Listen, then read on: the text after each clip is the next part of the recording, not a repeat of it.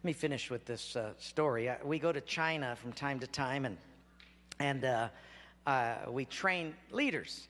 And this time we brought up 22 leaders from the Hunan province, and they rode 13 hours on a train to get to a hotel that they came up 2 by 2 in these elevators so as to not draw any attention.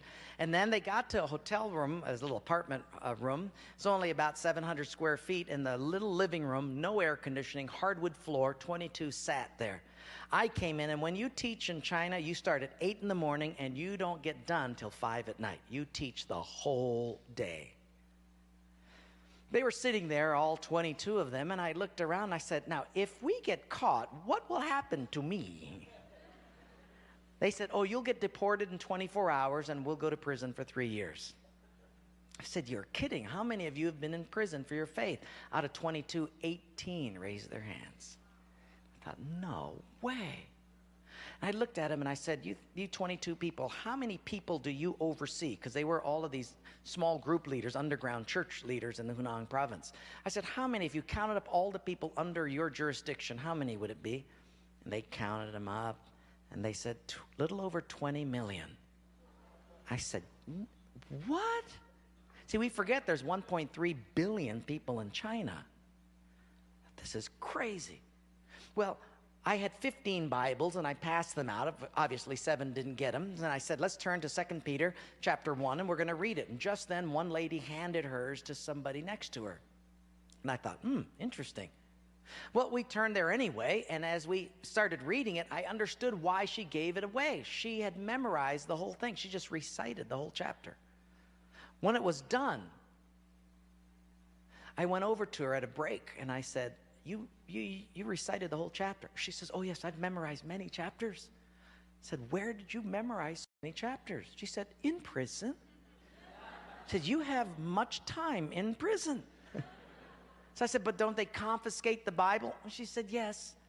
So people bring in scriptures written on pieces of paper, and they bring it in.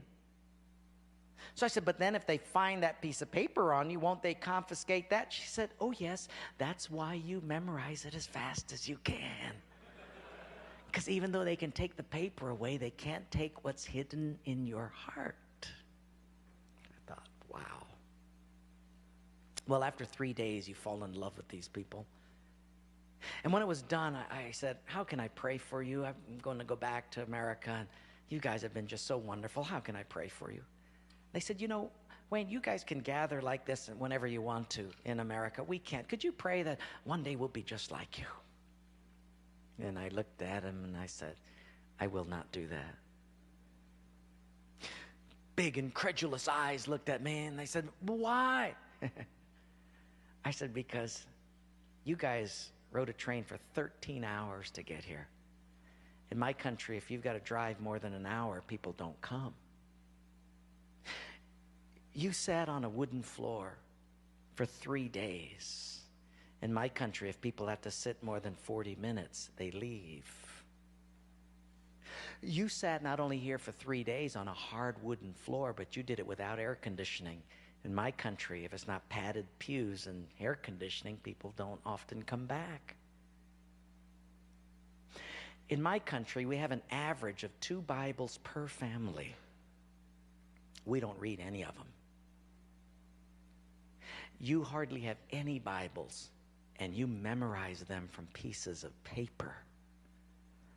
I will not pray that we become like, you become like us, but I will pray that we become just like you.